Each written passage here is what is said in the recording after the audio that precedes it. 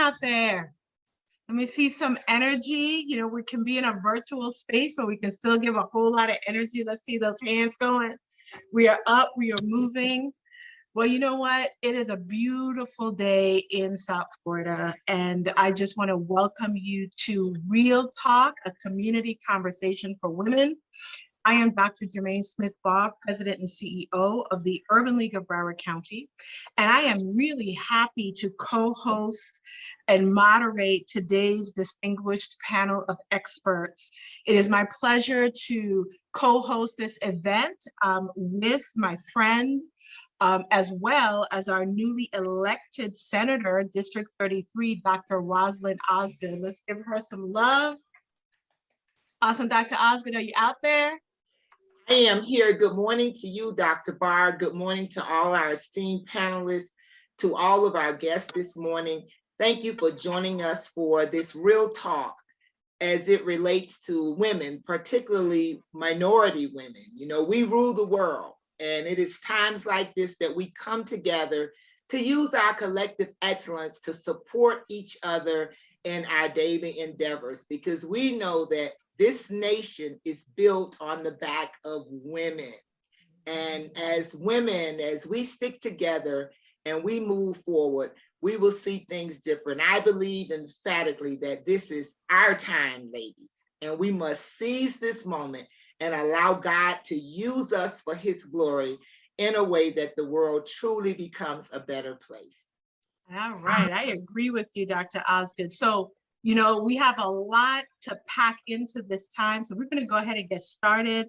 We want to thank this year's presenting sponsors, CSL Behring, and our segment sponsors, Cigna and Cleveland Clinic, for their support of this conversation this morning. I think it's really cool that we're able to come together. For those of you who were here last year, if you just drop a note in the chat that this is my second time around, we welcome you. For those who are first timers, thank you for coming. I'll tell you, it's not too late to tell a friend or two to go ahead and jump on, because we'll be here really having real conversations. So, you know, a year ago, we got together to discuss and dispel the myths related to COVID-19, things associated with the vaccination and other aspects that we were still working through in terms of COVID-19. But after recently overcoming the Omicron variant, the CDC has released new guidelines, easing mask mandates, relaxing restrictions.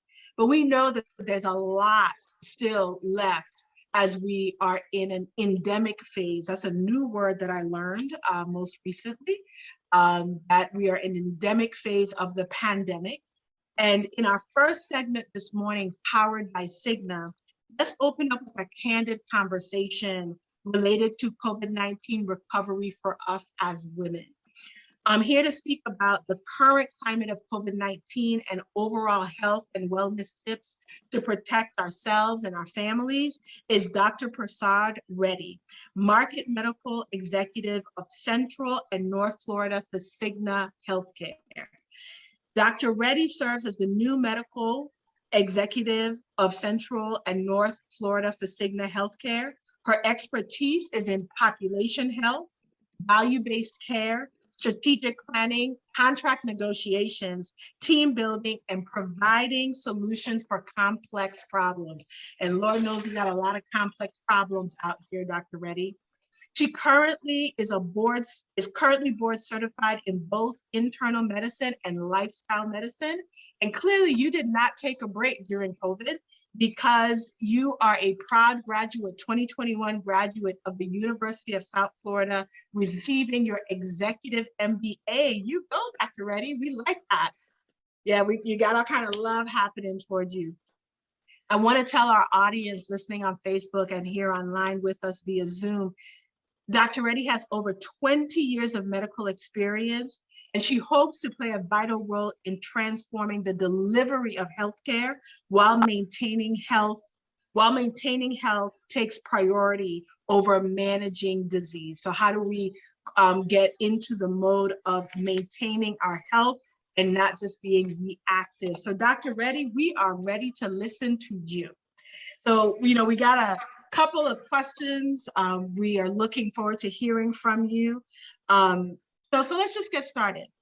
So as we observe COVID-19's deaths decline and restrictions lessen across our country and in the state of Florida, can you give us your perspective on where we are today regarding the pandemic and what we as women can do to protect our health and the ones that we love? Thank you, Dr. Baugh, and thank you for everyone here for having me representing Cigna today. I'm excited to meet all of you here and take a deeper dive into the situation at hand. Yes, we are in an endemic phase of COVID. We are still averaging about 35,000 cases a day. And as the masks are being relaxed and we are kind of getting out there and trying to get our life back to a quote unquote normalcy, we just need to still be cautious, right? In the middle of this, we see that China is having a surge. Here in the mainland, we are taking our masks and we're gathering again. We still need to know that the people that we're around, are they vaccinated? Are they boosted? We still need to take precaution going out there. We as women have faced the brunt during the pandemic. Not only are we the working women, not only are we the caretaker, not only are we mothers, but we also care for our parents, the elders. So during the pandemic, there has been a great strain on women overall throughout the world, throughout the country. And we were asked to step up to the plate to do more than we normally were supposed to do. And in the middle of it, trying to deal with all the roller coaster emotions. So through the pandemic, mental health has been the number one thing that has soared throughout the world.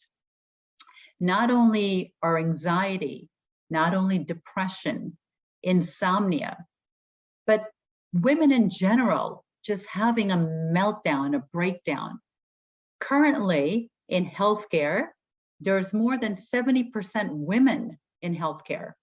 And women were on the front lines. When they leave the hospital or the healthcare settings, they had to go home and take care of what was at home.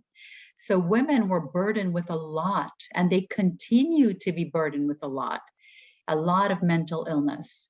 So let's support each other. Let's support our women, and let's take it easy on our women, not being so hard on each other. This is a time for us to hold hands and support one another, because it is a difficult time and there's only so much we can do. The second part of that was our heart, right? The COVID heart, or the broken heart, was very evident during COVID, where women were having issues with the pumping of their heart. And this is called, quote unquote, the broken heart syndrome, or Takashubo. And this is where the heart couldn't pump as much as it normally should because of an emotional time in a woman's life. And as we know today, the number one cause of death with women across the board is heart disease. And that broken heart is where women were having a hard time thinking she was having a heart attack, but it wasn't a heart attack she was having. She was having an emotional, torrential emotional burden on her circulatory part of her heart. Her heart was not able to pump and get the blood flowing. So let's be gentle on our women, let's support one another, and let's take care of each other. Wow, Dr. Reddy, that broken heart syndrome, I think a lot of women it already responding in the chat that, you know, we didn't know what to call it. You just gave it a name for us. You know, we really do appreciate that. I really loved your comment about, you know, not being so hard on ourselves, giving ourselves and giving each other what I would call grace, right? To be able to have space in that. Those are really great comments. You mentioned that, and we know that heart disease is the number one killer or of women. When we think about, in addition to that, when we think about being in the pandemic, are there other health trends or women's health issues outside of the mental health and heart disease clearly that we need to be paying attention to? So women, what happened during the pandemic, and they still continue to, is putting their self-care on the back burner. So meaning that they were not eating properly, right? Nutrition is key. Women were not eating the way they should. So they were snacking or eating whenever they could, but everyone else, they were taking care of the kids, the parents, the house, all the other things, the job, and they were putting their well-being on the back burner. So nutrition is key for women. It is extremely important that we feed our body with life-saving foods, a lot of green leafy vegetable, fruits, vegetable grains, less saturated fats, less meat products, less dairy products. More wholesome nutrition is what women can do to take care of their health, take care of their well-being. So from a nutritional standpoint, obesity has soared in women. And with obesity comes the chronic diseases and 13 cancers that are directly associated or linked to obesity. So women, it's extremely important that we get to our ideal BMI or our ideal weight, because if we don't get there, there are 13 cancers that are associated with obesity, and not mentioning the chronic diseases like diabetes, hypertension, heart disease, chronic inflammatory disease, and so forth. So ideal body weight, nutrition. The other one is sleep. Sleep is extremely important, not only for our memory, not only for the regulation of our blood sugar, our blood pressure, and the inflammation within our body, but our mental health. So 7 to 8 hours is what we need for our mental health and our total well-being. So nutrition, sleep, and social connectivity, having strong relationship, being able to have healthy relationship and not toxic relationships, being able to get out there and meet with your girlfriends, having those productive working days where you can relax, where you can go for a meditation or a yoga or a beautiful walk in a nature's path. So exercise, sleep, eating well, great relationship, and avoiding toxic substances, whether it's cigarettes or any alcohol altogether. Alcohol has been linked to cancer, especially in women with breast cancer, alcohol, any level of alcohol, and memory. So I would not recommend any alcohol at all. And I know that just one busted is some folks' bubbles out there. They're like, what? I know, I know. I didn't want to bring that to you. The studies are clear, ladies, and for us to protect our longevity, to protect our well-being, we need to cut back on these toxic substances or these deleterious substances that will affect our mental health and our well-being as we continue to age. So we have to invest in our health, because this is the greatest investment that we can ever do, is investing in our health. Nothing else matters. If we lose our health, we lose everything in life. Absolutely. I mean, on that note, you, as we're having the conversation, I'm sure you're concentrating, can't see the chat, but I will tell you, everybody has outs. You stepped on their toes with the wine part, no drinking.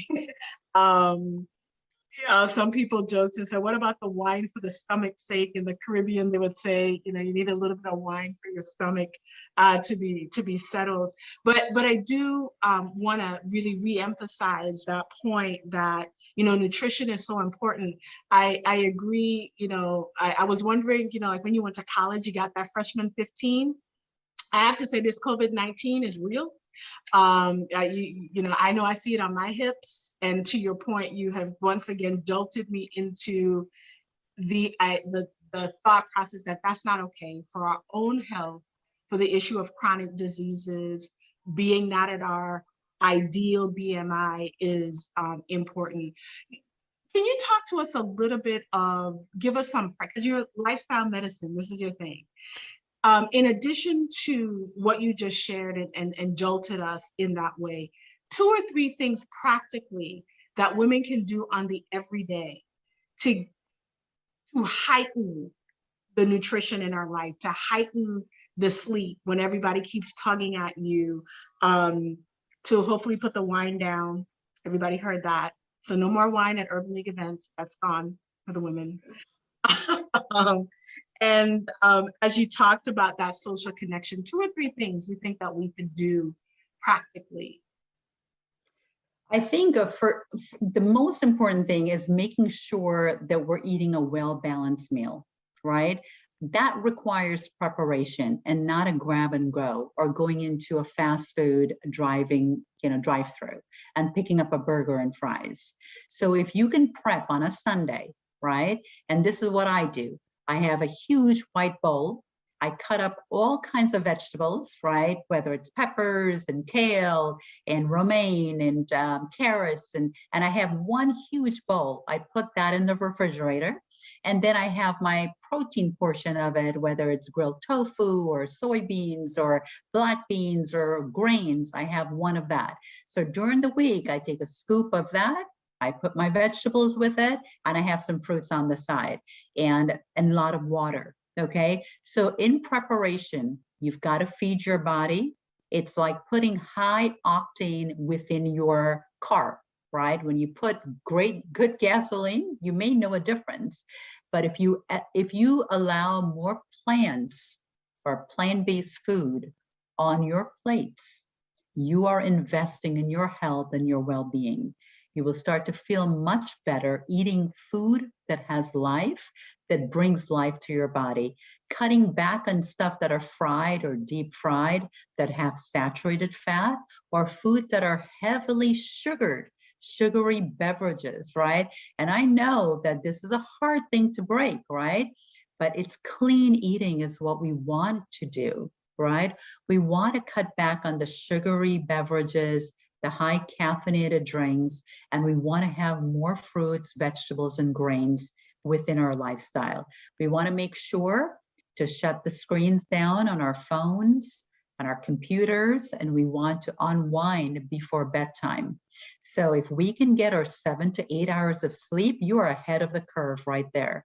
So nutrition, sleep, and hey, if you are having a social activity and you're having a social connection and you're feeling great and you're in the moment and you want to have a glass of wine, go for it, because you are healing with that social moment as well. So if you can avoid too much of it, sure, don't do it. But if you want to have 1 or 2 once in a while, that's okay. In your social atmosphere, that's okay. But just don't do it alone. Just don't do it alone and think it's good for you. That's powerful. So as we wrap this session up, I think, a lot of comments in the chat. Dr. Osgood, my co-host here said, I love me some Jamaican fried chicken. So that might be a little bit of a problem. I think anything that's dipped in some oil just tastes good. There's some fat, right? But the point being that, as we go into 2022, or as we're in 2022, at the beginning of it, we're in Women's History Month. The message that you're sending to us is that we as women, we're important. We're valuable. We should be valued and see ourselves in that. And in order to do that, we have to first put ourselves at the forefront. And I think that if we have over about 60 women at least online here, don't know the number listening on or watching on Facebook, but I will tell you, if we all can hashtag that clean eating, if we could commit to that in 2022, how many folks would I have? You could give me a thumbs up. Clean eating in 2022, use your reactions, get with Dr. Reddy on this clean eating. Requires preparation. So everybody should be at Publix, Winn-Dixie, Whole Foods, wherever it is that you shop, and get those big bags, right? And use whatever prep day you want, Sunday, Saturday, whatever works for you, to get yourself ready for the rest of the week. So if you're running a company, they said, Dr. Reddy, they're not working with me. They're saying yes, but. You can't have a yes, but, right, Dr. Reddy? It's yes. What would you say? I would say you've got to commit, because I tell you, It is not easy to be hooked up to a dialysis machine or having a knee replacement or having to inject insulin or ending up with a heart attack, right? So if you invest now, you're not going to be a burden to your family or yourself or to society.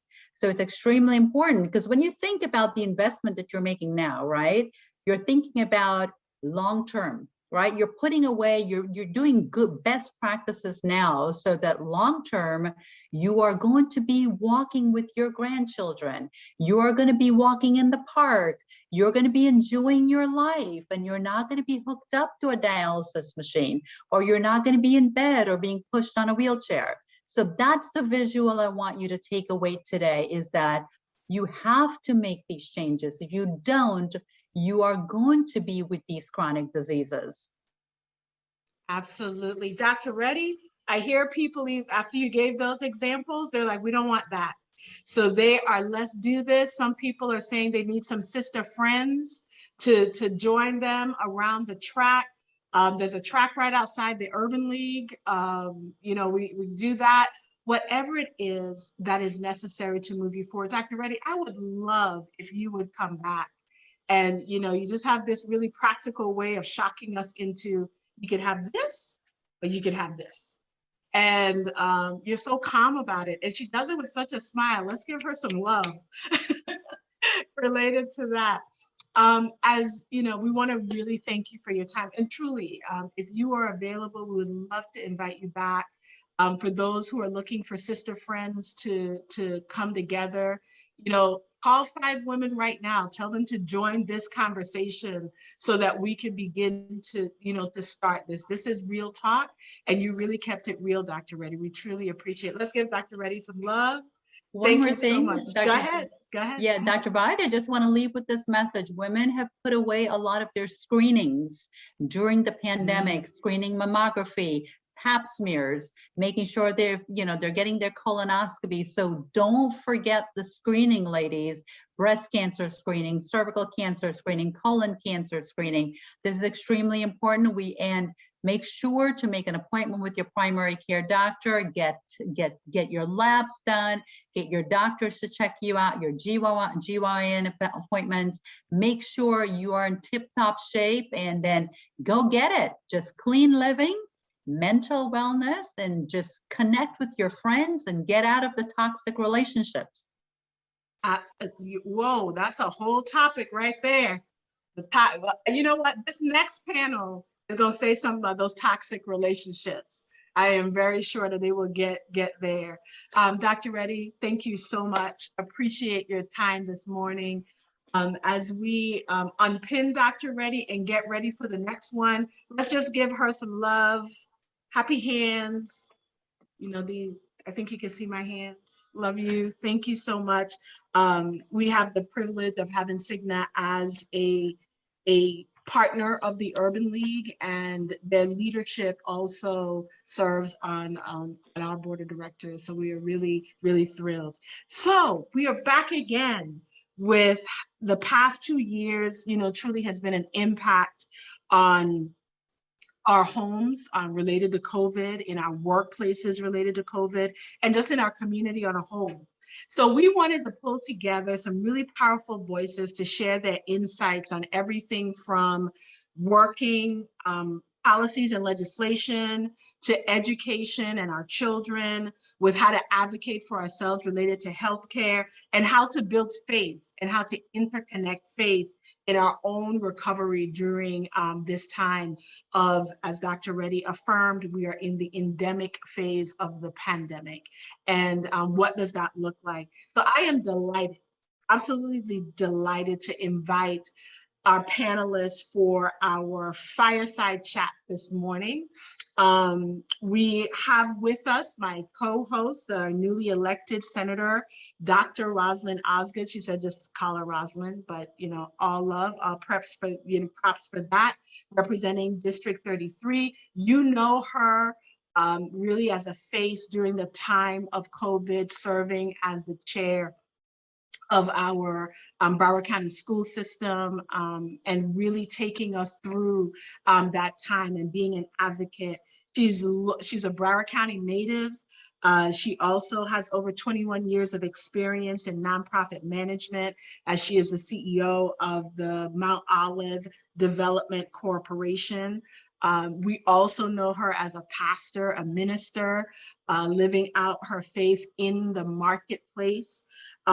We also know that she has served on many organizations, from Alpha Kappa Alpha to Links. You see her all over the place. All right, I see all that love. Yes, Doc, I see you. Anyways, so I see the love, and I see the love coming at you in the chat. You know, and again, when Dr. Osgood brought this idea last year, and it went over really well, we called back and say, Doc, you want to do it again? And she was there all in. So let's just give Dr. Osgood love. She is here with us today. Joining us also on the panel is Miss Yolanda Jackson. I am telling you, this woman is all over the place and creation. I was just like, did she make it in? She's just flying. She's just doing all kinds of stuff. You know Yolanda Cash Jackson. She is a shareholder for Becker, an attorney, I say, with a heart. Really and truly a really experienced government law attorney. That's her area of practice. She concentrates in government relations. Really the idea of how does she take her ability of being an attorney and the idea of how we engage on the political level to have such a strong reputation in our community for really bringing insight to civic and charitable and philanthropic and professional organizations. She has really serious working relationships with several of our state's leading elected officials on all sides of the aisle and policymakers. She's been a dedicated supporter of the Urban League for more than 10 years, and she gets we've kind of moved it to 7 p.m. phone calls, 7 a.m. phone calls now, so we're getting a little better. But I welcome Yolanda Cash Jackson. Let's give her some love. And if you want to make sure that you are inviting your women friends, tell them to get on. We are on right now. I am thrilled to introduce Dr. Sharita Remiki. I am telling you, last year you were in another role. This year you're in a new role. You're doing all kinds of stuff, girl. She is now the Chief Equity and Community Engagement Officer for the Children's Services Council of Broward County. That is a new role. She is making things happen. They're so proud of you related to that. She really know her in a lot of different spaces, but know that her dissertation, the work that she did on her dissertation, really explored pregnancy and infant loss for African-American women in Broward County. As she knows, many of you know, that is something that is very personal to me, and I'm just so pleased to have you. She has used her various professional and community activist roles to tackle the issue of health equity as a social justice issue. Her pursuit for equity fuels her journey as a national trainer, speaker on subject matter, and a subject matter expert on topics of race, diversity, and women issues. Let's give Dr. Remiki love. Awesome. And rounding out our panel today is Minister Darlene Davis Hoard. Lord knows we're gonna need some prayer. And we wanna welcome a dynamic teacher, motivational speaker, mentor, prophetic intercessor, exhorter, counselor, fashion designer. She got it all going on in her neck of the woods. She's a certified life purpose coach. She is also the founder and program director of Daughters of Zion, Women of Destiny. They have been so instrumental in supporting the Urban League's annual prayer breakfast every year. I see the women come in and come through, supporting us in that. She also serves as a counselor, teacher, intercessor at her home church, Faith Center International, where she serves there also with her husband under the leadership of Bishop Henry Fernandez. She teaches a certified program called School of the Prophets for the Henry Fernandez Biblical Institute at the University of Fort Lauderdale. I am telling you, welcome, Dr. We're gonna call you Doc because you are Doc, okay? Dr. Minister Darlene Davis Hoard. Give her some love. So ladies, we were all together last year. So I just want to take 3 seconds just to recognize that we were all here last year. and that we are present, that we are in our right minds, that we are above the green grass. And I know some of us in these squares right now have had losses over the last year. I want to recognize that and bring that into the space. But I want to tell you that you all are phenomenal women, and I'm so looking forward to this conversation. Remember, keep it real. We're going to keep it real in this conversation. So Dr. Osgood, we're going to start with you. Ooh, education. I know I'm bringing you back to a space that you had to vacate in order to run for office, for a senatorial office, but your face is forever connected to the work that you did with our Broward County school system pre-COVID, but definitely during the time of COVID. And many of us who are on this line, whether we're aunties, moms, anything in between, we are interacting with children. So can you let us know or share with us what we as women need to be thinking about in the space of educating our children during 2022? What is Broward County Schools doing in that area that either we need to keep advocating for, bringing to the forefront? Thank you, Dr. Baugh, and it is good to be here alive, clothed, and somewhat in our right mind. Although I am transitioning to a Senate role, I will continue to be a strong advocate for education. I believe that education impacts everything we do in our communities. It has to be our #1 priority. Because as we think about the times that we're living in now with the very crazy political climate, we must continue to imagine what affirmative education looks like. We must educate our children to participate in this democracy. When we think about it, Yolanda, Brown too told us that education is the key to the democratic participation.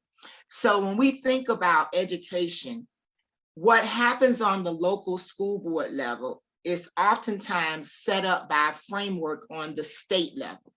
The state puts the laws and policies in place, and then local school boards have to implement those policies and practices.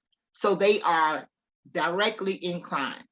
I will say to all of you that education impacts everything we do in our county. As the school system goes, the county will go. The school system is the leading employer, employing over 30,000 employees. It handles the world's most precious commodity, is our kids. Our children, all children, are a blessing from God.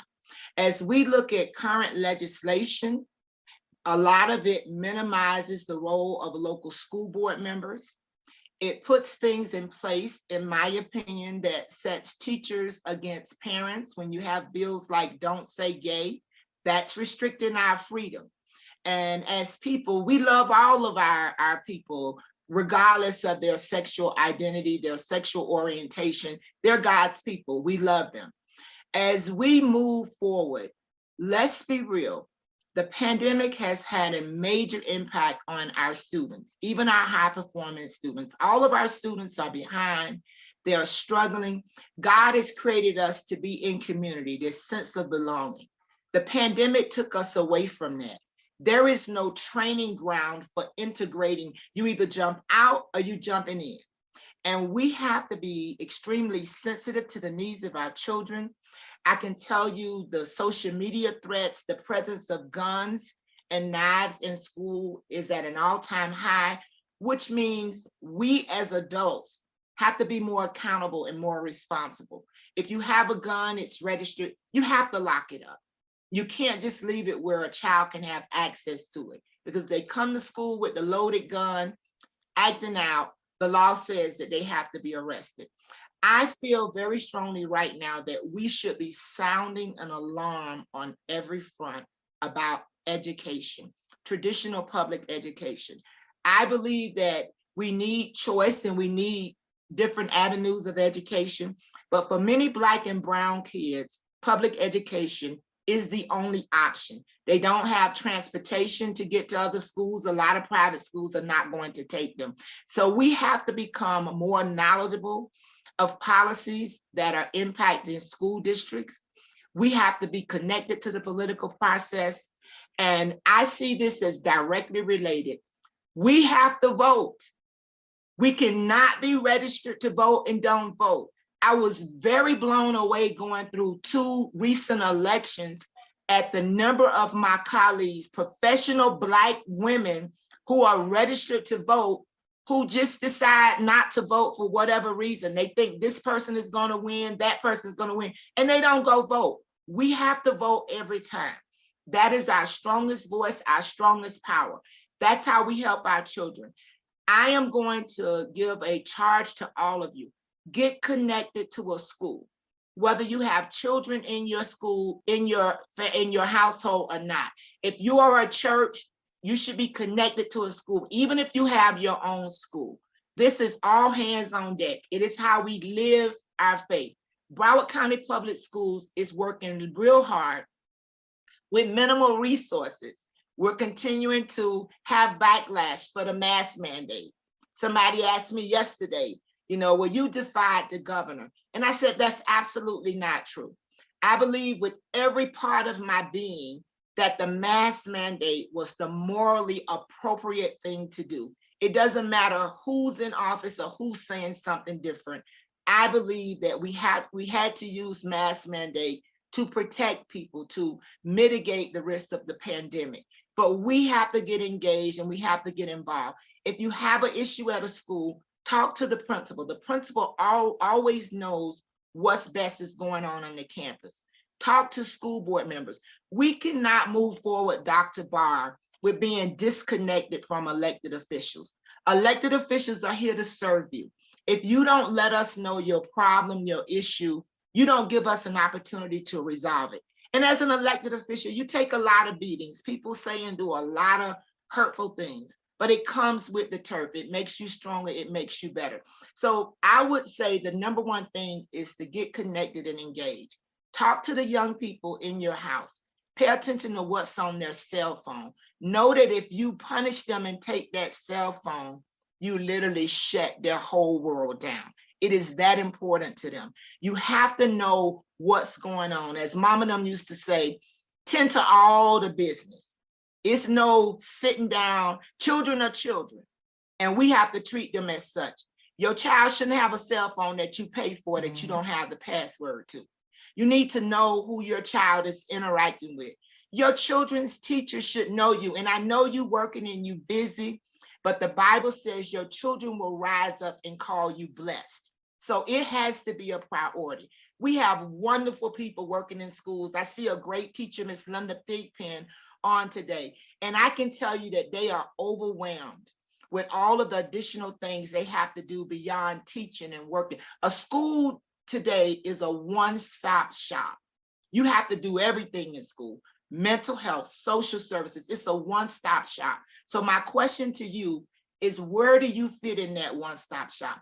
What can you do? What gift and talent has God given to you that you can use to make an impact in the school system? And I know we say parents, parents, parents. In closing, a lot of our kids are in situations where their mothers and their fathers are incarcerated because of substance abuse issues. And that's another talk for another time. Substance abuse is a disease that we don't treat like a disease. As a person with 32 years in recovery, it's still a battle to get services and to get proper help when you're battling with alcohol and drug addiction. It is a real life issue. So we have to become the parents for those kids. We have to support those grandparents that's raising 5 or 6 grandkids. We can't judge people and sit on our laurels because God has blessed us at this moment in this time, we're not struggling. So what we can do is we can get engaged with our children, get engaged with our school system.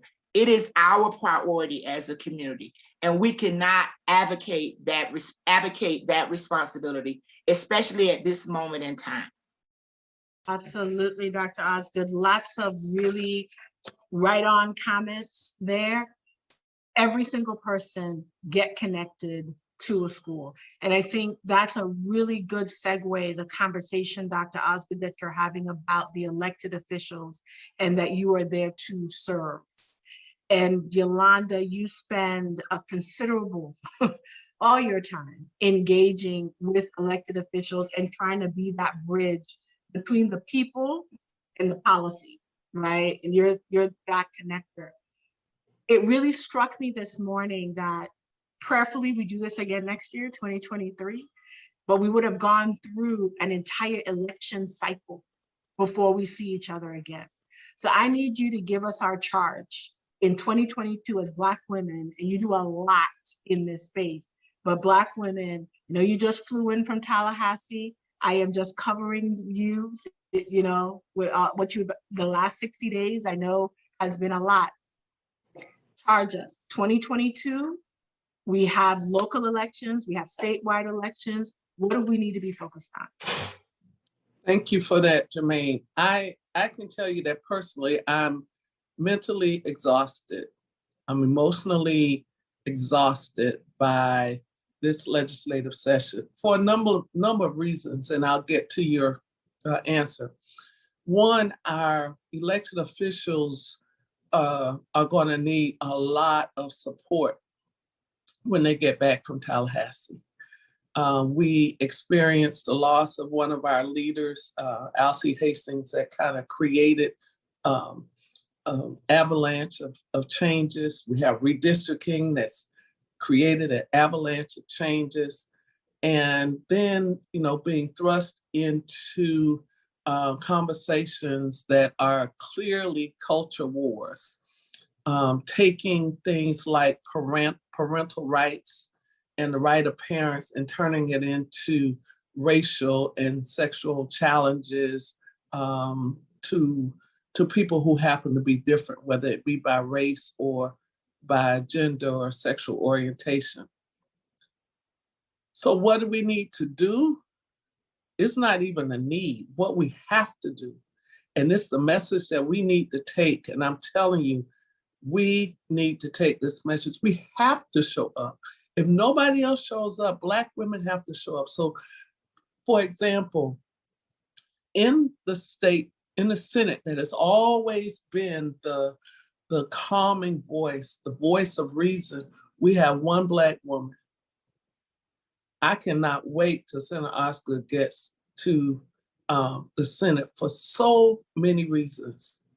If you can imagine, with all of that culture war going on, having one Black woman there to stand differently than the other 4 Black men that were there, it was heart-wrenching.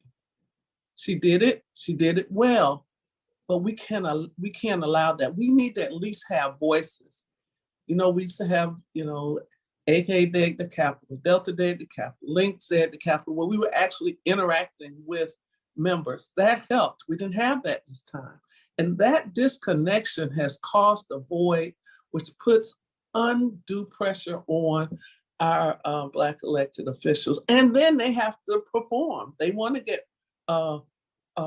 money in the budget. They want to do all of those things, but they cannot afford to be transactional. There are just some things that you cannot compromise on.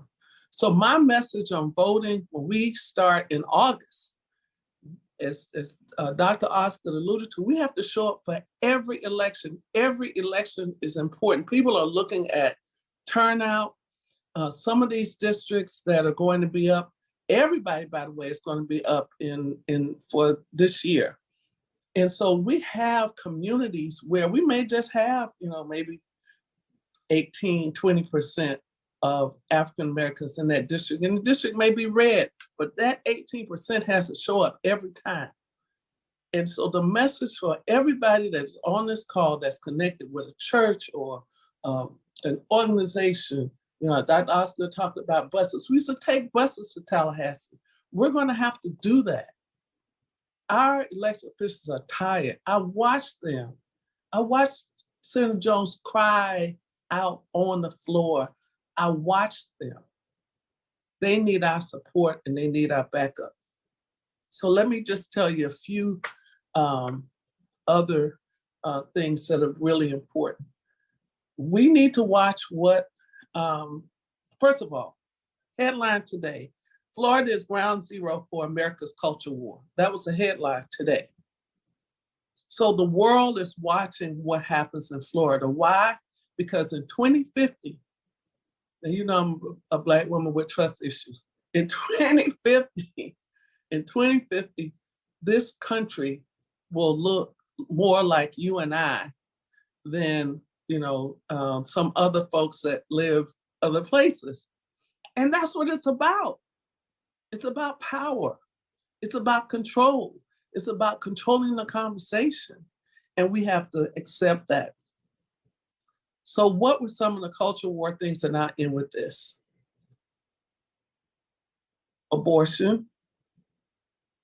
Clearly freedom of speech. In fact, they called the Woke Act the Individual Freedom Act. Voting. Healthcare. Accessibility to healthcare. Why is that important? That's a part of the culture war. The cuts that were taken were cuts to safety net hospitals, the places that you go when you don't have insurance. I mentioned redistricting. It just means that we have to show up every time. And there were some good things, and I'm watching on some of the things that the governor might veto.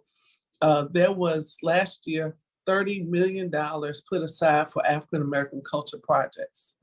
This year, the Legislative Black Caucus, particularly the senators, Senator Bracey and others, got an additional $30 million to put in that pot.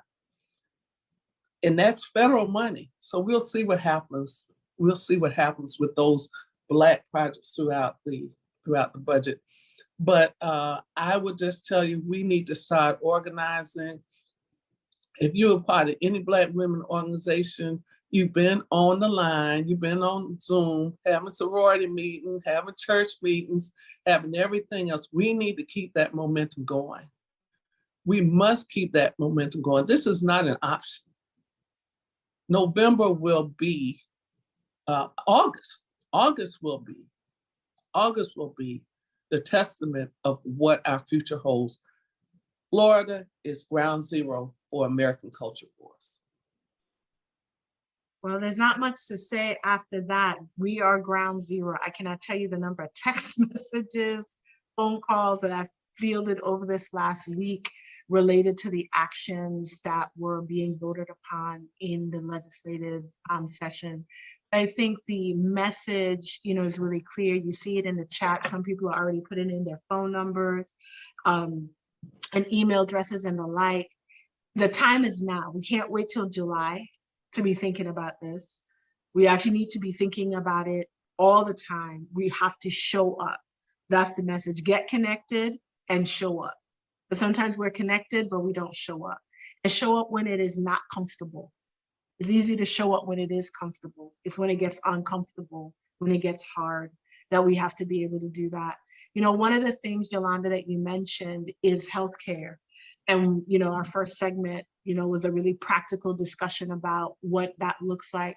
Dr. Ramiki, you spent your professional career, parts of your professional career, really promoting healthcare for women.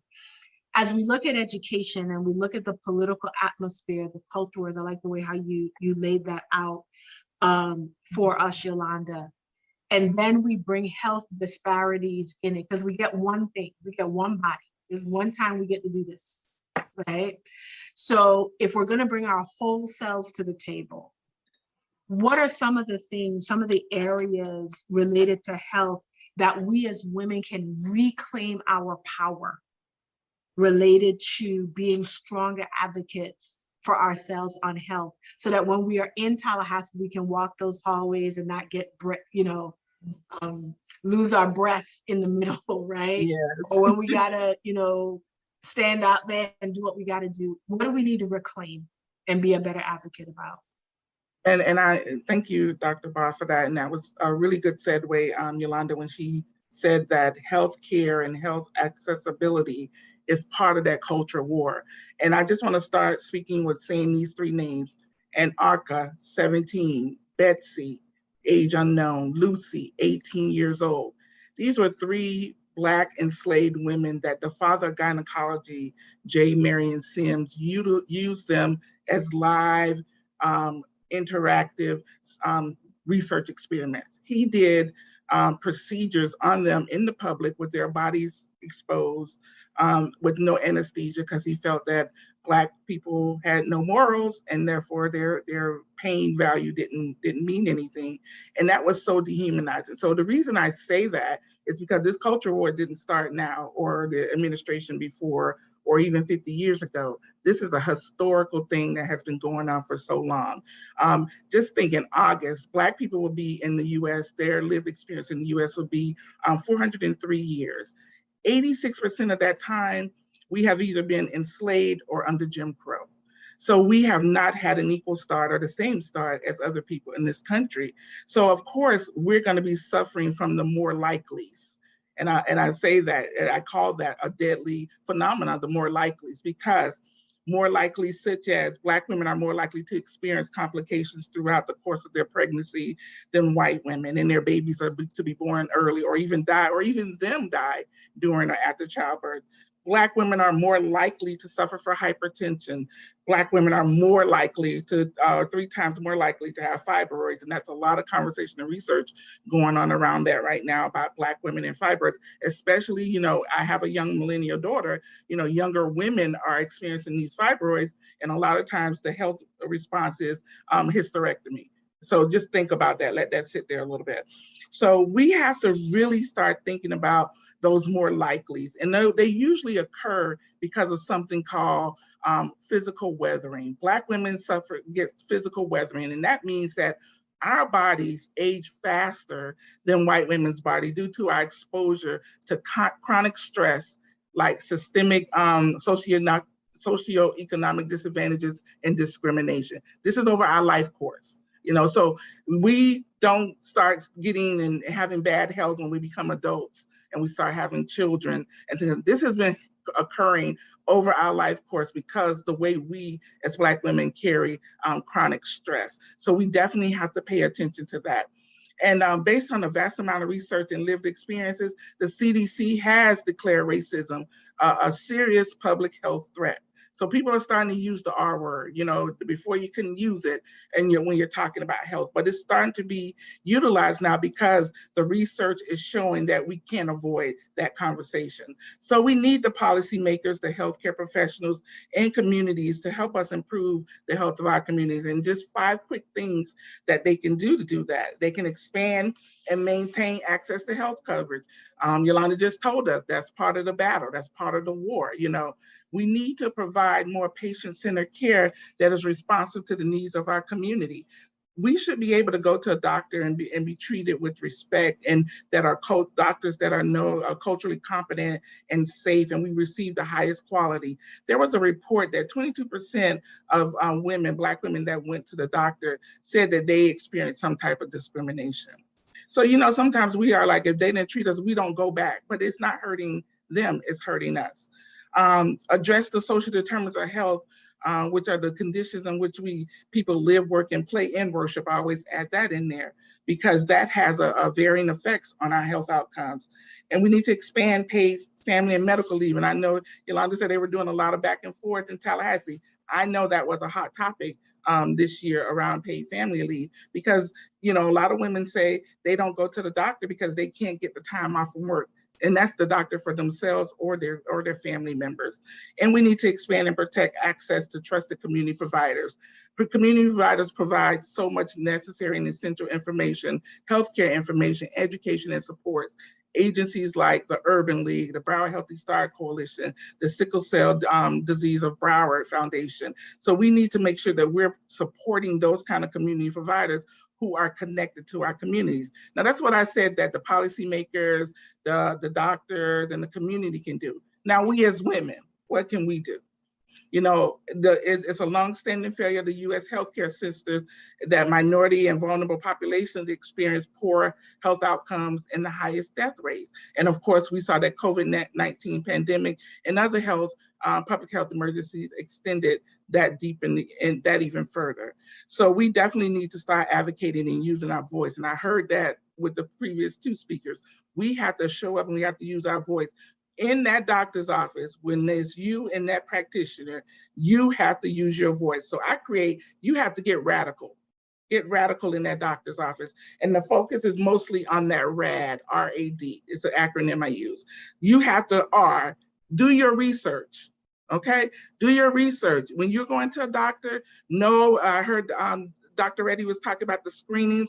Know when your screenings are due, know what they're looking for, know what kind of questions to ask. You know, so many times when I was working in the field, when I was working with pregnant moms, and you know, we would go and the doctor would keep asking them, do they have diabetes? Anybody in their family have diabetes? They're like, no, no, no. But when we go with them and say, anybody in your family has sugar, they knew exactly what we were talking about. So we got to make sure that it's culturally relevant and they have understanding and they have the questions written out. And I always say, as women, prepare that before you go, because sometimes you get in there and you forget. The A, you have to advocate for yourself. They may be the medical professional, but you're the you professional. You know how you're feeling. You know what's going on with you. And if they're telling you something you don't understand, use your voice. Make them sit there and take the time with you to explain what's going on and how those things are working. What are the prognosis? What are some of the treatments? What's the side effects of the treatment? Ask those questions. Don't just get your prescriptions and all those things and walk out the door and go home and don't take it because you don't understand. And the last one is, if you don't remember any part of the RAD, remember this last one. D, it's demand to receive care with dignity. You demand to receive care with dignity. You deserve that. That is your human right, to be treated with dignity. So demand to receive your health care with dignity. And you know, a lot of times the women that I used to work with, they were like, well, we're on Medicaid. They don't want to listen to me. I tell them, they need you just as you need them. If you don't show up to their office with your Medicaid, they can't bill for services. So, and you have a choice, you have a voice. So, you know, in this time when it seems like, and we heard Dr. Reddy say all those things that women need to make sure they're taken care of regarding their health, we have to get radical about our health, women, and we have to be rad. Thank you, Germaine. I don't think that we're going to forget that RAD anytime soon. That's a really, really good acronym. You know, one of the things I'm sitting here writing is all these new words, physical weathering. I have to be honest with you, I've not heard that before. Yeah. But I think, you know, we think as we're aging, but I have a young daughter and I'm thinking, yeah, you know, things that she's dealing with in school, when somebody tells her, well, why are you talking about Black history? You shouldn't even be dealing with that. Like, again, something else that's coming at her, right?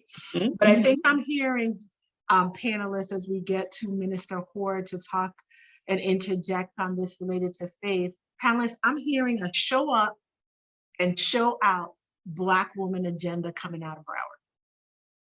Show up, show out. That's what we're gonna be. So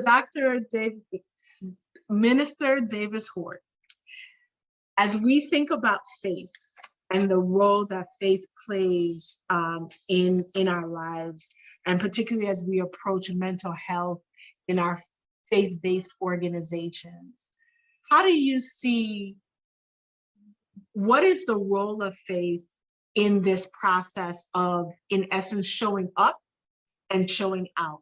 And what role do faith leaders play in this?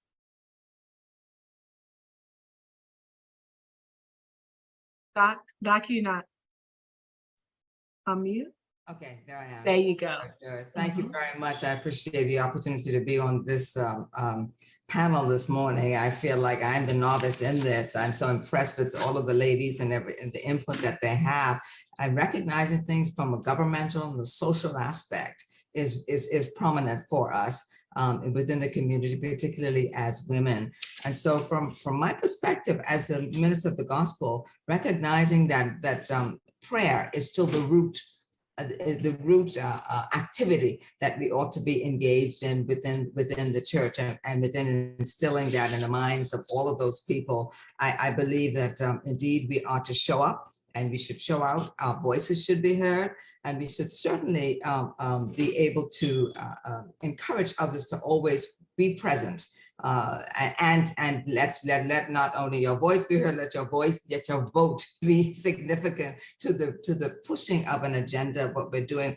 During this pandemic, as you all know, it's affected each and every one of us in some way, shape, or form. I too had close deaths in my family. Everybody, this pandemic that came along, none of us were immune. We've been affected by it, whether it's through a death, through illness, through loss of job, through our economics. It was very real for us, and it began to help us to learn together, to come together as a people. The Bible also always talks about it, and if I may, just sharing a specific scripture relative to this subject is relative to recognizing that in the book of 3 John 1 and 2, and I don't want to preach, but I just want to lay the foundation to talk about this, that God is concerned about each and every one of us. He says, my brethren, I wish above all things that you prosper and be in good health, even as your soul prospers. And it's the soulical realm that we often negate. Yes, we know our spirits are right with God and Christ, but as our soulical realm is where we are affected the most when we go through things within this pandemic, when we go through things such as social injustices, racism, and all of that. It affects who we are as women and as people. So we can't ignore that portion of who we are, even if the Bible is concerned about that. When he talks about the soul, it's our will, it's our emotions, it's our intellect. And not wanting to negate that the church can rise up to recognize that that's a very prominent part of who people are in general, no matter what race you are, no matter what nationality you are, no matter what color you are, but we are first and foremost a soulical being. And so do not negate that part of who we are. And that, as all that relates to what we're talking about today, mental health. When you're off emotionally, you can't function properly. When you're off emotionally, you can't think properly. And so within this pandemic, our prayer is that more of the churches will recognize that and meet their congregants exactly where they are to give them what they need. And this mental health issue is oftentimes not as prominent with the message that may go forth. Many people that come into the congregation have a need. They're hurting. In a way that yes, you can talk to them about Christ, but get to the root of what's really causing you to go off, what's really where there's an imbalance to bring you. There may be a level that you need, a level of deliverance, and counseling is such a healthy thing to do. And many people don't want to address counseling or therapy or from the psychological approach, but it's the very essence of who we are as individuals, and everything that we want to do within the body of Christ is to be able to meet the need of their of the congregants, so that they can indeed give them a level of comfort whenever they're grieving, give them a level of understanding, showing them and helping them come to the place of their own self-identity. And that's where the whole piece of mentoring comes in place, with being able to meet them there. So recognizing that there are so many things that have been neglected, and there's so many people. I know that a lot of the everything within the environment that we have within the church, we talk about the millenniums, is the GZ, all of the generations that exist, all of them are going through a level of anxiety. There's never been more suicidals than now. You've never seen more people that have been talking about their mental health, and I'm glad to see on the even on the regular in the worldly network, people are talking about anxiety. They're talking about the suicide. They're finally talking about, I have a mental disorder. And so being able to embrace that, the church must also be able to embrace it and try to, in my estimate, try to give the church what they need from that perspective.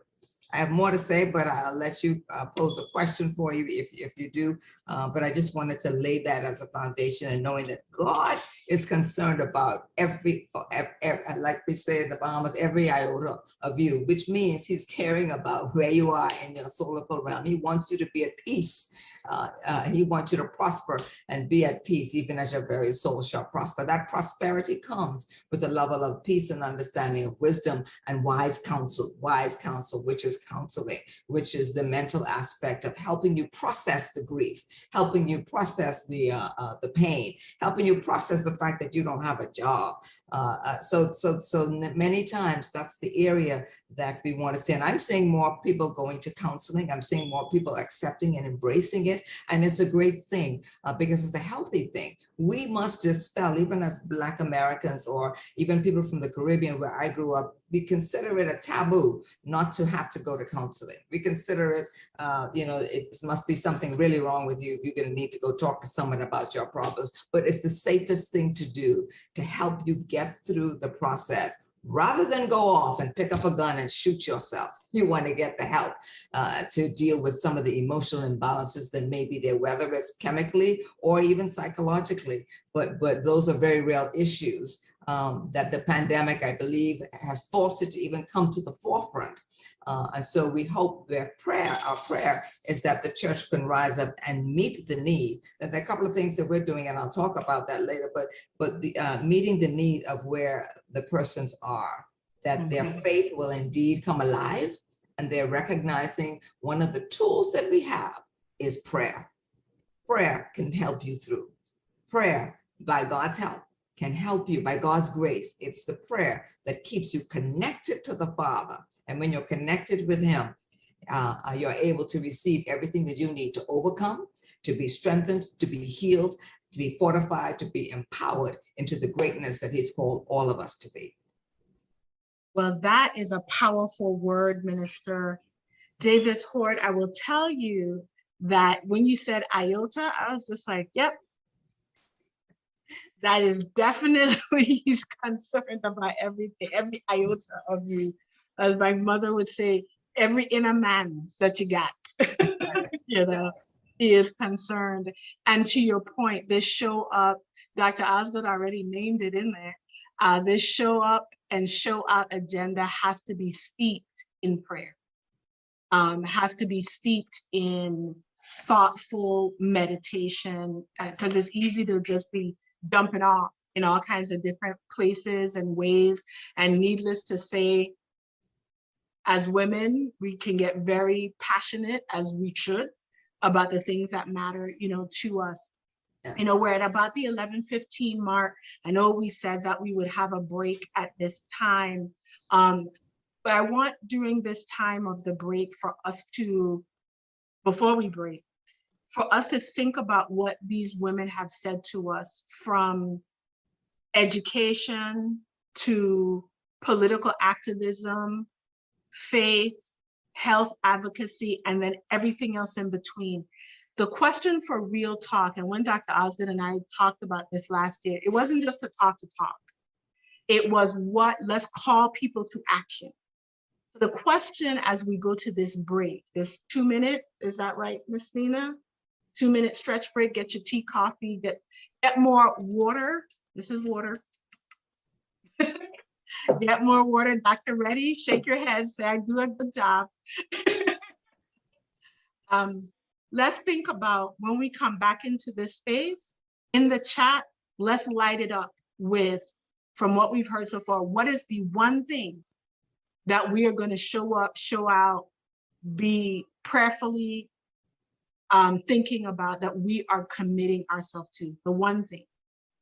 I don't need 5 things, just one thing. So the chat should be filled by the time we get back from break. So Miss Nina, over to you for our break. And then we're going to come back for the last 20 minutes of conversation.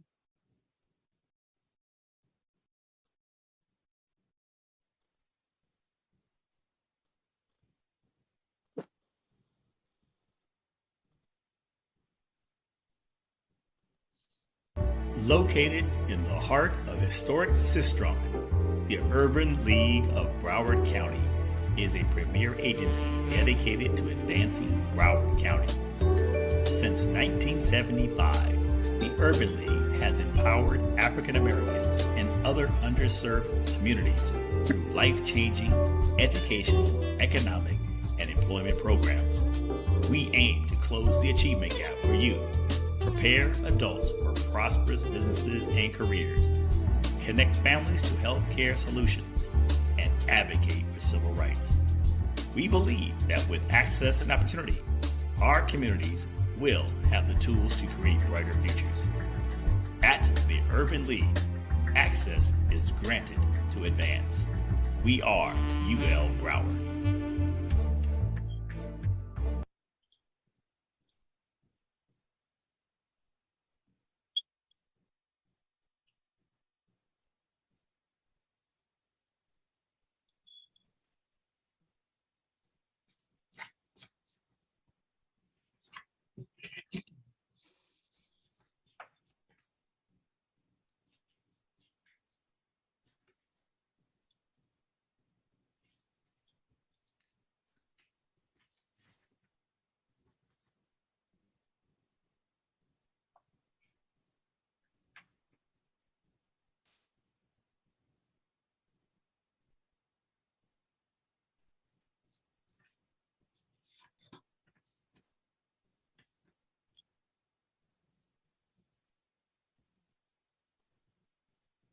All right, I think we should be coming back now.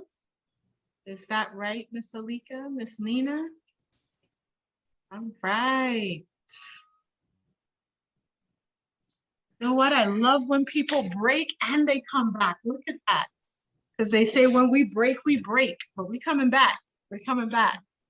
This is really, really good. What's in the chat? What's lighting up in the chat? You're coming back with, Kimberly said that I'm going to be radical with my health. Doc, what is that? You giving me new language here? Dr. Osgood? So my challenge is that we have to live in the fullness of the Omega Day. That's the creation of God. God created us in his image as the Omega Day. And as women, we have to always know our importance. God created man, but man was incomplete without woman. And God created them, man and woman, in his image. So when we think about the attack on our health, the attack on our mind, the very systemic racial systems of oppression that we live in, all of those things are attack on the very image of God, because we know we fight not against flesh and blood. Yes. We fight against principalities, and we must continue to lift that up in the marketplace, because if those of us that live by faith are not putting things in perspective in the marketplace, then we minimize the impact of the Holy Spirit in our life and it being active.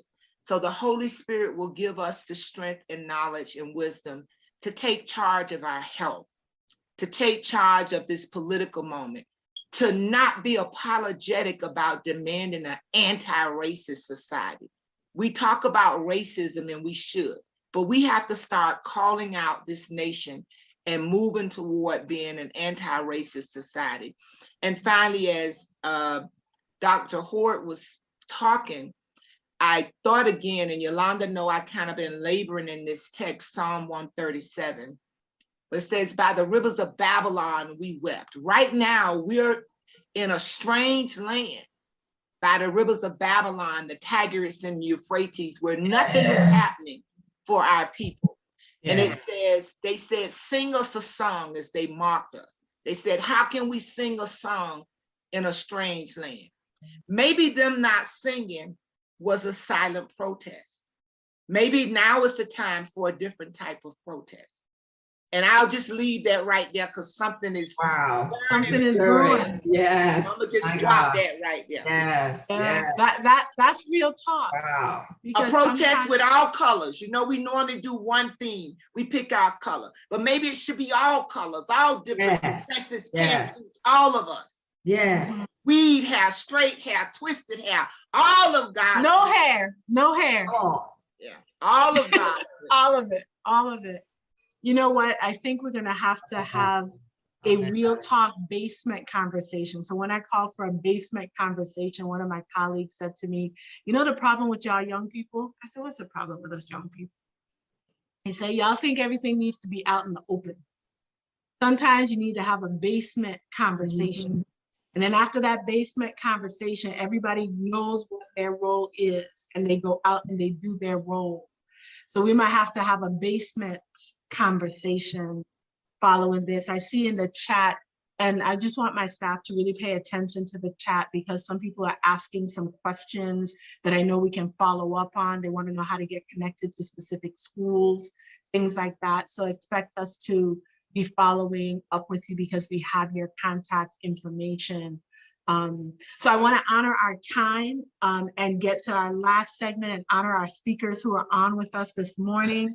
I welcome you back for this final segment. I'm telling you, we should see like fire emojis all over this chat because this is fire, okay? If you didn't invite your girlfriend to this, you know, we're missing something. So we want to get back to our last segment here, powered by Cleveland Clinic.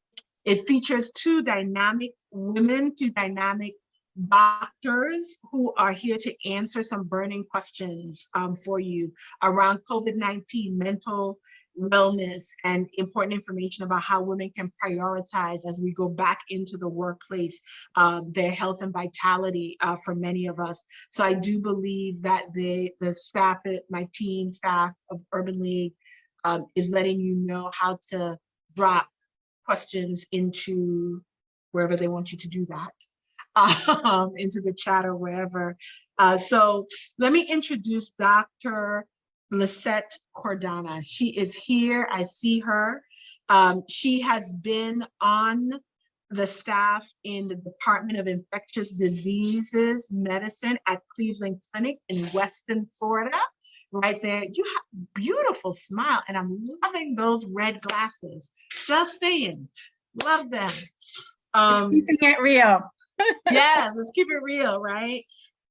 Dr. Cordona was appointed as department chair until 2014 when she joined Cleveland Clinic in Dubai to pioneer the inaugural infectious diseases, infection control, and occupational health departments. So she knows something about disease and how to ensure the fact that we do not spread it in any way, shape, or form. Her specialty interests include bone joint infection, microbacterial infections, travel medicine, general infectious diseases, outpatient antimicrobial therapy, and quality in healthcare. That's why I am not a doctor of medicine. I'm just going to stay in my little lane. She is very passionate about the workplace safety, health, and workforce well-being. So for women who are going back into the workplace, now straddling between the hybrid, the virtual, and the in-person, and not knowing which meeting to click on, you're going to be ready for this. And I want to welcome Dr. Shaniqua Fleming. Dr. Fleming is a CEO of Culture Accelerators and a trusted strategic advisor to senior executives in healthcare, education, tech-driven corporations, and the public sector. Dr. Fleming brings more than 20 years of cross-industry experience and is known and respected for breakthrough thinking and foresight strategy that translates to radical accelerations in results, culture change, and enterprise-wide transformation. I'm just going to tell you that she has a way of telling you about yourself without making you feel bad about it so that you can get up and do something about it. So clearly I've had a little personal experience with Dr. Fleming, right? She is a sought after speaker, recognized thought leader, and a firebrand in Big Emotions, which is a trademark.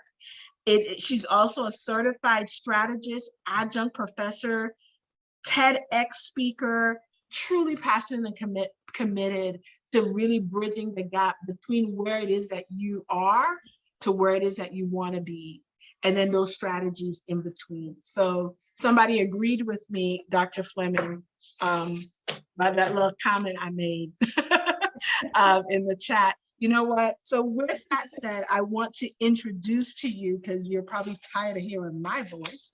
Let's join and welcome, let's give them some love. Dr. Cardona, Dr. Fleming. But my voice now will be silenced because there's a much younger, more attractive voice that you're about to hear. I want to introduce you to our moderator for this segment, our Executive Vice President for the Urban League's Young Professional Network. What? I love the color, love the color. Urban League has a dynamic young professional network. I say it all the time. They are the best volunteer auxiliary for the Urban League. Lets me know that this work is worth it when I see them just go out there and do their stuff. Miss Kimberly Gray, welcoming you to the forefront and taking over this segment. Thank you, Dr. Baugh. Good morning, everyone. As Dr. Baugh stated, I proudly serve as the Executive Vice President for the YPN, which is an auxiliary of the Urban League that empowers Broward residents ages 18 to 40 through professional development, volunteerism, and civic engagement. Now that we've gotten that out of the way, let's jump right into some of the questions that we received from our audience. And I just want to say this has been a great session, a great segment. So I'm looking forward to hearing all of the nuggets that you ladies will have to share.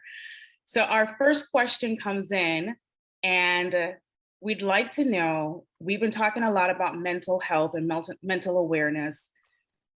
Very true, this question here, when should you take a mental health break? At what point do we say it's time to check out and relax? So thank you, everyone, for the invitation, the Urban League of Broward County, and all amazing trailblazers on this call, and amazing women. And we need to honor each and every one of you during Women's History Month. And so you are definitely a great, inspired me today, and to keep the talk real. And so thank you for the opportunity. I think that you should take a moment every day to reset and recharge. You should not wait to the moment when you're burnt out and try to figure out at that time what to do, because we know that a healthy mind is an asset, and it's an asset for what you do every day. And when you want to show out and act as an advocate for anything, you need to be in the right state of mind. And so I think of it as like when you, every single person needs to start their day with a moment of positive affirmation. I like myself to just look out and say, this is going to be an amazing day. And so that gets you started and taking deep breaths every day will reset and recharge. But when you find yourself, you're in a moment of excessive stress, take a step back and just breathe in and out. It works well for people. And just come back when you're ready. But when you want to go out and be out there, you want to show up in the right way. And it takes a village. You start with yourself. We already talked about self-care. And I think of being healthy in a holistic way. It's about mind, body, and soul. And as a community, we also need to be well together. And we can only do it by looking after each other. So sometimes you are not aware that you're not in a good space, but those around you may notice it. And it's important that we speak up and that we support and that we normalize these conversations and create those safe spaces so that we can eliminate the stigma, eliminate the negative conversations around mental health, and support each other, because we know that the pandemic has been hard and it's taken us on a roller coaster of emotions. We all have highs and lows, and it's a time to say it's okay not to be okay, and to face up that we all will need emotional support. And as I know, there's some legislative advocates on the call, amazing conversations today. We need to make sure that we are all supported for mental health in the right way. A lot of insurances don't cover mental health services. They don't cover psychologists. They don't cover medications. So let's be an advocate for mental health. There's also a very good course that the community can take, like CPR training. There's a mental health first aid training, and it's for everyone, every single person. You don't have to be a doctor. You don't have to be a professional in any field. It's how to have the conversations, how to recognize in others that they're struggling, and how to speak to them in the right way so that you can link them to resources. And so it's important to take out from today, validate your emotions, seek help if you need it, seek professional help, buddy up with someone, don't be alone, talk about it, and let's spread the word about mental health being a normal conversation now. Let's take away that stigma that keeps us from talking about it so we can flourish and thrive together, and as a community, stay well. Absolutely. Thank you for sharing that. I would say it's truly been an emotional roller coaster within the last 24 months. It has been such a eye-opening experience, especially for women, for moms, especially single moms. So I guess my next question that I pose to you, either one of you, what are some of the signs that we can look at? What are some of the signs that indicate high level of stress and anxiety, especially for parents who have kids that have gone through this traumatic experience within the last 24 months?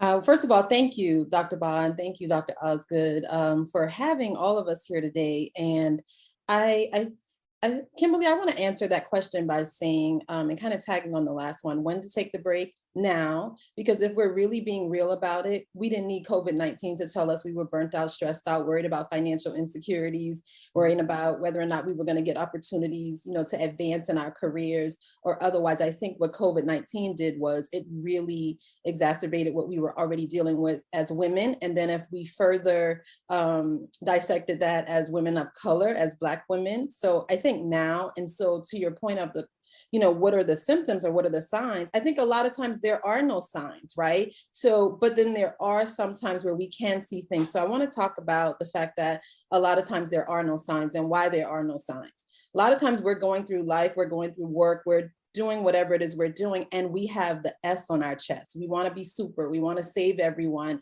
We're working hard, we're working twice as hard, twice as long. And so a lot of times the things that our bodies are telling us, we're ignoring those things. Things like our hair falling out, things like, having heart palpitations and you're not really sure what that is. I don't know about any of you, but I can remember having an anxiety attack and I didn't know what it was. I couldn't understand why I was feeling this way. And, I Google everything. So I Googled it and I realized that I was having a mild anxiety attack. And so when you feel yourself overly concerned about things, really trying to be a perfectionist, really trying to make sure that you're dotting all I's and crossing all T's, not wanting to say no, those are a lot of the signs that we see. And if, a lot of times we look for isolations or people isolated or refusing to eat, but those aren't the only signs. And so I think the thing that I would say is to make it a regular practice, like not waiting for something to happen, as Dr. Cardona said, but really making that a set time on your schedule every week to reset, and every week to have a moment to reflect, every week to have a moment to just give gratitude for the things that, you do have. And because it's in that space that you start to really recharge yourself, but also a lot of the things that could be plaguing us melts away. So I think, those are the things that I would say in terms of a lot of times there are no signs. And when there are, we're probably already at the point of emergency. Absolutely. Well said.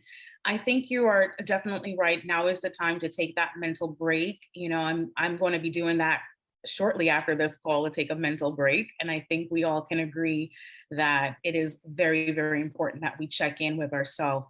The next question that I want us to kind of move along to is, how do we identify the difference between mental health and dealing with traumatic experiences? A lot of times we can blend the two to be the same thing, but what are some of the key differences between dealing with a mental health condition versus a traumatic experience?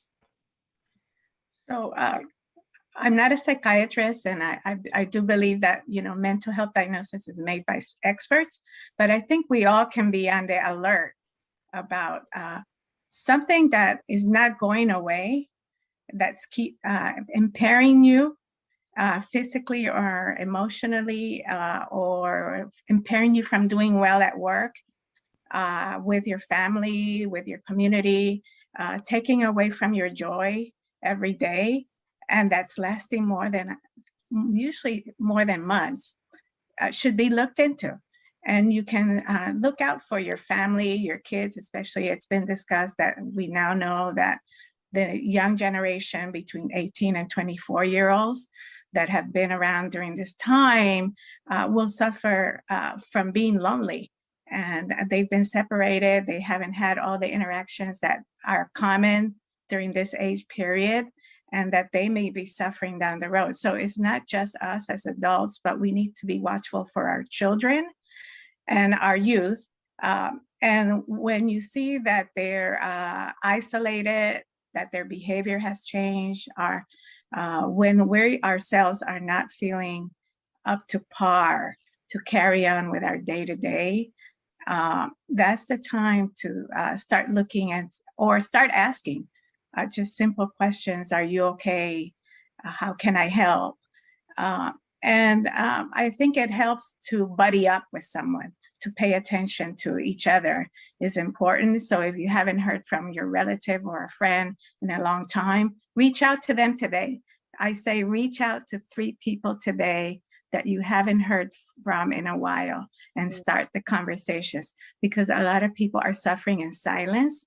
Like was mentioned already, there's an increase in substance abuse, addiction, domestic violence, unfortunately, unwanted pregnancies. There's a lot of consequences for us not taking a handle on this right now, and having that, we're talking today, the real talk. So let's make sure that we're advocate for mental health and eliminating that stigma. I agree with you. I do this with a lot of my girlfriends. We have a sister circle chat where we'll check in with each other, and we'll just say, just throw up the color of a heart so we can test your temperature, because we want to be able to lean in on each other and just be there if someone needs help, if someone needs prayer, if someone needs to talk to someone. I think it's important that as women, we develop our circle to be able to check in with one another, not just, checking in with our own selves, but checking with our sisters and family members and friends. Dr. Fleming, I'm going to throw the same question to you and just kind of hear your feedback as well.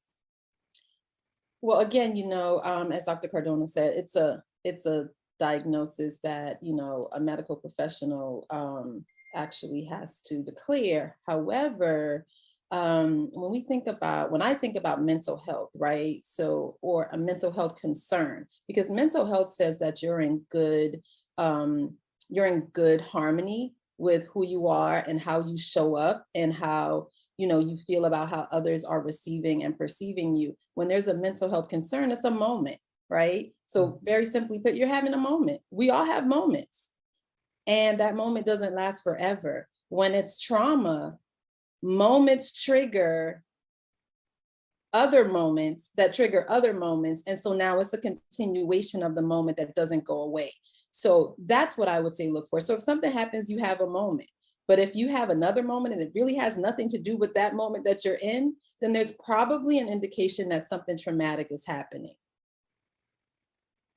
Thank you. And I wanted to add to that, which is amazing. I think like we all have moments and some are good and some are not.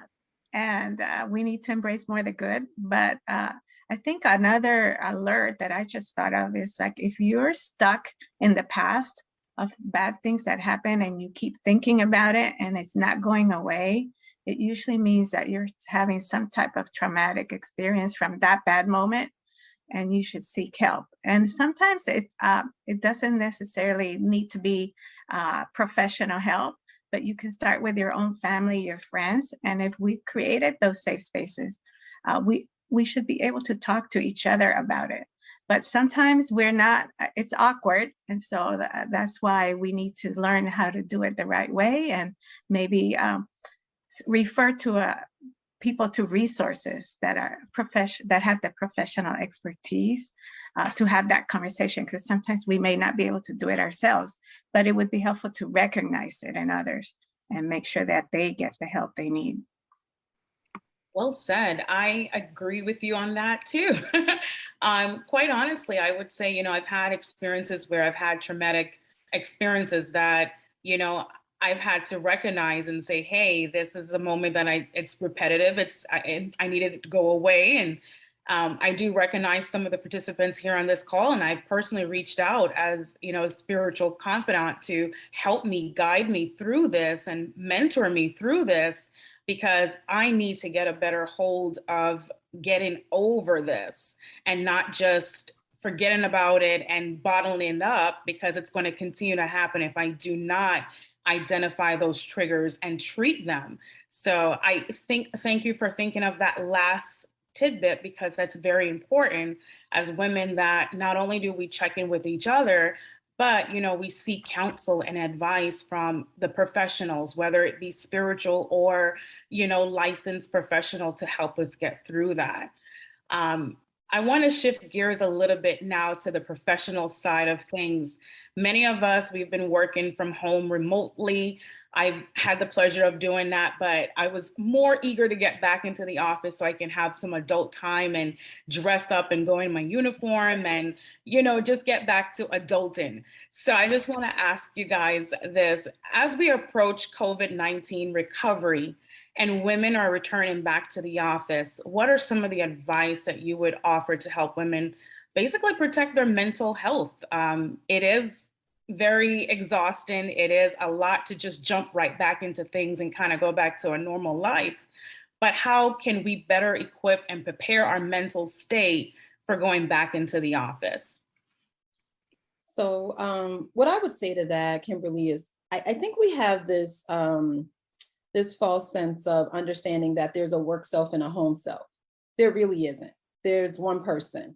And I think the first thing I would say is to really acknowledge and honor that you are who you are. And so much of what we heard before from the other panelists is, you know, really there's so many different pieces of us, right? And so when we think about how we show up at work, we show up at work as a cumulative of everything that makes us who we are. So so what COVID-19 taught us or showed us or, you know, highlighted for us was that everything kind of bled together. And I can remember early on, it was Zoom meeting after Zoom meeting. And, you know, sometimes you get an opportunity in between actual meetings to walk to the bathroom. But I can remember days when it was like, wait, when am I going to actually go and use the bathroom? Because there was nothing there. So, you know, when we're thinking about going back to work, really understanding and reflecting on what this time has taught us, right? Everything that has come out of the pandemic has not been a negative thing. It has really shown us the importance of, you know, well, for me anyway, it's shown the importance of time and really honoring time. And the one thing we can never multiply, get back, or we have not found a way to increase it is the number of hours we get in a day. So really being intentional about how we spend our time and really reimagining how we work and what it is we're doing. Does it bring us joy? Now, that doesn't mean we can all go and quit our jobs and do something different tomorrow. But what it does tell us is that a lot of our resilience comes from being able to do something that, you know, does energize us, and maybe changing the way we work, being open to new ideas, being open to new types of relationships. And also, I think we heard from the minister earlier, understanding the importance of prayer and meditation. It's not a matter of how you pray or what your context for prayer is, but prayer and meditation really is our ability to connect with the core of who we are and how we were created and how God intended us to be, and really being instructed as to how we're going to show up in the genius that we were born with, instead of thinking that we're at work to do and please what everyone else is, you know, is expecting of us. I say all of that to say also, as leaders in organizations, if you're leading in an organization, you've really got to give some space and some grace for the fact that a lot has changed. since the last time we were probably in offices. And not only have things changed for a lot of companies and organizations financially, we've got to revisit how we measure performance. We've got to revisit what we expect from people. And, is that even the way that we need to move forward? The biggest thing that we have to pay attention to is that the way that we really get people to engage goes far beyond just the work they're doing, but really tapping in and knowing who they are. What's their story? We've seen that with dogs and cats and everybody coming on Zooms, that we're all human. And so we all have the same emotions, and everything we do derives from an emotion we have. Every decision we make, every action we take. And so as we're doing that, understanding that all the stuff we've been talking about even before, burnout, it doesn't only impact people, it impacts the organization. So what are we doing to create spaces and places where people feel that they're heard, that they're seen, that they're understood, and that they're valued? And if those things were already an issue before we left, they didn't just go away because we amplified the conversation about diversity, equity, inclusion, and belonging. We've got to make sure that we're actually looking at all of those things. And as we re-enter, I think it was Ramiki that said, we've got to be an advocate for ourselves. When things aren't right, say something. When things don't feel right, don't ignore it. And don't think you just need to get over it, right? Because that's not what's going to happen. Absolutely. So we're coming up to the end of our session here, but before I close out, Dr. Fleming, you touched on a vein that I really wanted to ask a question regarding that. You mentioned that leaders of organizations have to find innovative ways to, help help our women come back into the workforce. So I pose the question, what can leaders do specifically to promote wellness within their respective companies? That's a really good question. So I think the first thing is to have the conversation and to normalize that well-being personally impacts productivity, self-esteem, and outcomes at work professionally. So first having that conversation. And I think also carving out some time for people to take well time, right? To have an emphasis on exercise, meditation, just a moment to take a break in between meetings. I'll tell you one thing leaders can do: minimize some of the meetings that are held, right? The meeting for the meeting after the meeting. Give people a time to process what they've just gone through and what they've done. And honestly, not equating the time spent sitting in front of a computer or working to productivity that person or anybody is actually achieving, and just really rethinking what's essential, what's really important. Do we need to change the way we're doing this? And also, who are the right people to do it, right? Really flattening the organization in such a way that opportunities for everyone to really use what I call their genius, that they can get in and help solve problems and help be a part of solutions, and not feel like that if you're the leader, you have to have all the answers, but really just be able to create the space for people to truly collaborate and not feel like it's a competitive, stressful place where you just don't want to be there. Right. I definitely agree with you on the shorter meetings. It feels like we have back-to-back meetings, even going back into the work field. The Zoom calls just seem to just ramp up even more. So thank you for sharing that. So before I turn the session over, I just want to ask you ladies, are there any final remarks that you'd like to share with us today? I just want that amazing. I agree with everything. Amazing that conversations we've had today, and just to follow up. It's been said by many. It's about meeting people where they are. It's about understanding that we are going through all emotional highs and lows. And so bringing compassion to everything we do, it starts with ourselves, self-compassion. One of the things that I've learned to reflect during the pandemic is stop trying to be perfect in everything. That's not going to be achieved. But there were some issues we had before the pandemic that are ongoing and may have amplified, but at least during this time, when we are all healthy and well, we can function and thrive together and create those healthy communities. And so leaders and each and every one of us in whatever position we are, remember to do self-care, because when we care for ourselves, then we're able to care for those that we love the most. and our communities and do our best. So thank you for the opportunity and to be with an amazing group today. Thank you. I would just say it's time for us to truly prioritize being well over doing well and understand that every area of our life is connected. Well, ladies, thank you so Amen. much for that. I truly got so many nuggets. So I will pass our session over just so we're kept on time back to our lovely and gracious Dr. Baugh. Thank you so much for having me. Thank Well, you. Kimberly, thank you for facilitating that session. I was writing down notes from it. Dr. Fleming, I'm sure my staff is just like, no more meetings, done. Dr. Fleming said. So if you have staff on this call, you know that's about to happen. And to your point, Dr. Cardona, the idea of starting our day with positive affirmations, you know, if we're not going to give ourselves positive conversation, we can't expect others to give it to us. So as we wrap this morning, I really want to, on behalf of the Urban League of Broward County, a phenomenal team that sits in the background, Alika Brown, our Senior Vice President, Nina McDowell, our Director, they work in our philanthropy and communication division. Thank you so much for your coordination, making this flawless and look like it's just super easy, right? For all of us. Really want to thank Dr. Osgood for her leadership, her thought leadership on bringing this forth last year, and then let's doing it, you know, again. And of course, her insights. Want to thank you for joining us this morning. And it's still going to be morning when we say amen. Thanking you for this morning, joining us, as well as empowering you to make informed decisions regarding your health.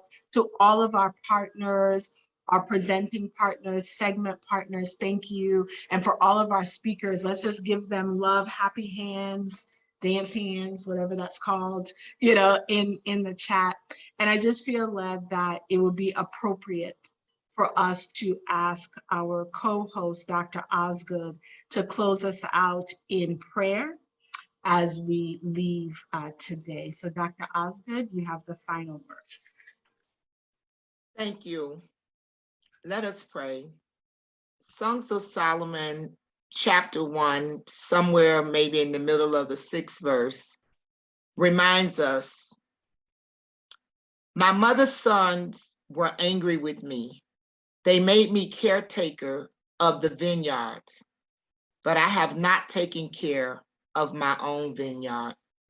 Father God, we thank you for this call to action. We thank you for the comfort and conviction that took place in our souls today as we used our collective expertise to strengthen each other and to make our communities better. We repent, God, that we have not taken better care of ourselves physically, mentally, or spiritually. And we ask for grace and mercy that you give us and you allow to endure day by day. We pray that as we move forward, you would give us wisdom and guidance to love ourselves in the authentic way that you've created us in your image. And that love for you and the love for ourselves would take hold throughout our community.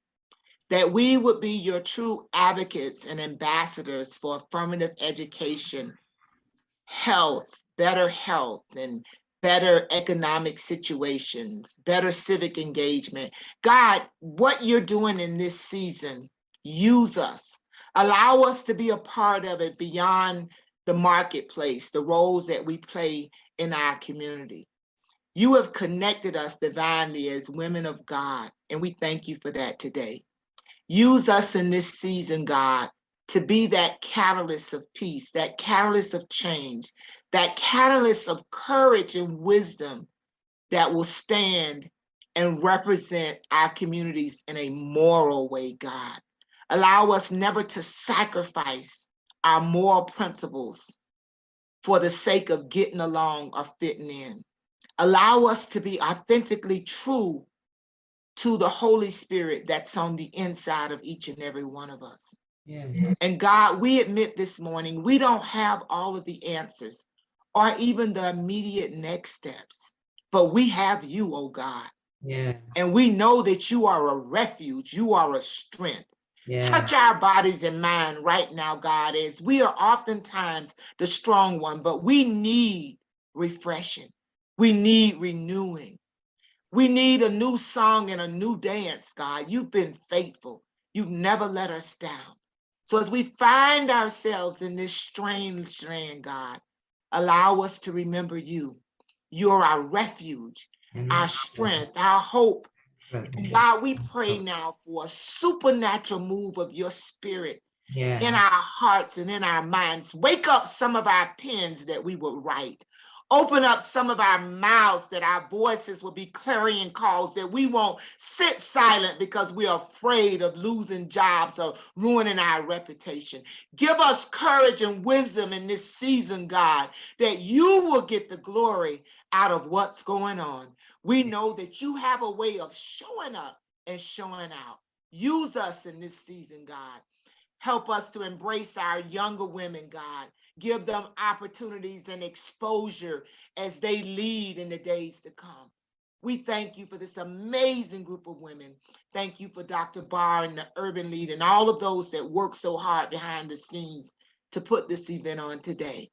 And God, for the sister that's pulling at my spirit, that's in that dark place right now at this moment behind that smile.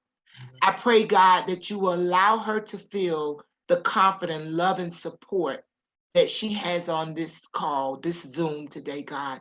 Let her know that she's not alone.